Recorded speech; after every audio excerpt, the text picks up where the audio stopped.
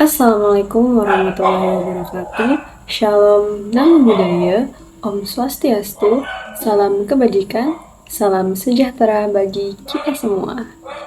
Perkenalkan, nama saya Amalina Khairani Rahman dengan NIM 25015411048. Bali, seringkali dipuja atas keindahan pantainya. Namun, siapa sangka, di balik itu semua, ada jantung peradaban yang telah bertahan selama 1000 tahun lebih lamanya, yaitu Subak. Hari ini kita akan melihat bagaimana teknologi masa lalu bertemu dengan tantangan masa kini dalam judul Subak di Persimpangan Zaman. Subak bukan hanya sebagai sistem irigasi, tapi juga sebagai puncak evolusi peradaban manusia yang kini sedang menghadapi ujian di era digital. Mari kita mundur ke abad ke-9.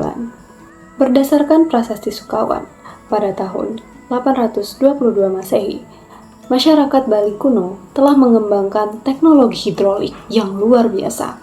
Tanpa komputer, tanpa satelit, mereka berhasil menciptakan sistem distribusi air yang sangat adil berdasarkan filosofi Trihita Karana. Keseimbangan antara manusia, alam, dan Tuhan. Dalam kacamata sejarah peradaban, Subak adalah bukti bahwa teknologi tidak hanya selalu berarti mesin. Teknologi adalah cara manusia memecahkan masalah. Subak adalah software sosial yang mengatur ribuan orang untuk berbagi satu sumber daya air tanpa konflik selama berabad-abad lamanya. Inilah yang membuat UNESCO menetapkannya sebagai warisan budaya dunia. Namun, peradaban besar selalu menghadapi tantangan zaman. Saat ini, Subak menghadapi musuh baru, yaitu alih fungsi lahan dan disrupsi digital.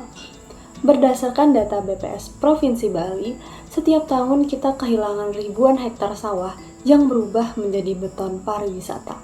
Mengapa ini terjadi? Jawabannya adalah karena ada kesenjangan teknologi. Generasi muda Bali saat ini lahir pada era digital, yang dimana mereka melihat pertanian sebagai teknologi masa lalu yang melelahkan dan tidak menjanjikan secara ekonomi. Lalu terjadi paradoks, di mana kita sangat canggih dalam menggunakan teknologi media sosial untuk mempromosikan Bali, tapi kita tertinggal dalam menggunakan teknologi untuk menyelamatkan fondasi budaya kita sendiri, yaitu agrikultur. Lalu, apa solusinya? Apakah kita perlu kembali ke masa lalu? Jawabannya adalah tidak.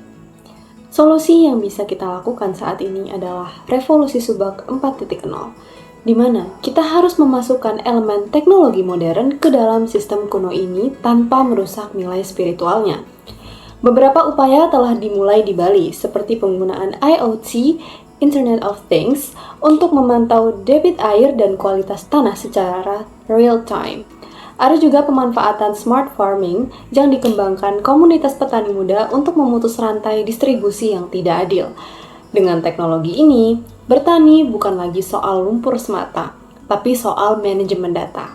Inilah evolusi peradaban yang sesungguhnya ketika teknologi masa depan digunakan untuk menghidupkan kembali kearifan masa lalu. Sebagai penutup, sejarah mengajarkan kita bahwa peradaban yang statis akan mati, dan peradaban yang melupakan akarnya akan kehilangan jati diri. Subak adalah identitas Bali. Jika Subak hilang, Bali hanya akan menjadi museum beton tanpa jiwa. Saran saya, perlindungan Subak tidak hanya boleh menjadi sebuah slogan. Perlu ada sinergi antara kebijakan pemerintah dalam menjaga lahan dan keberanian kita sebagai generasi muda untuk menyentuh sawah dengan teknologi digital. Saya, Alin, mari kita bersatu menjadi arsitek peradaban Bali yang baru. Terima kasih.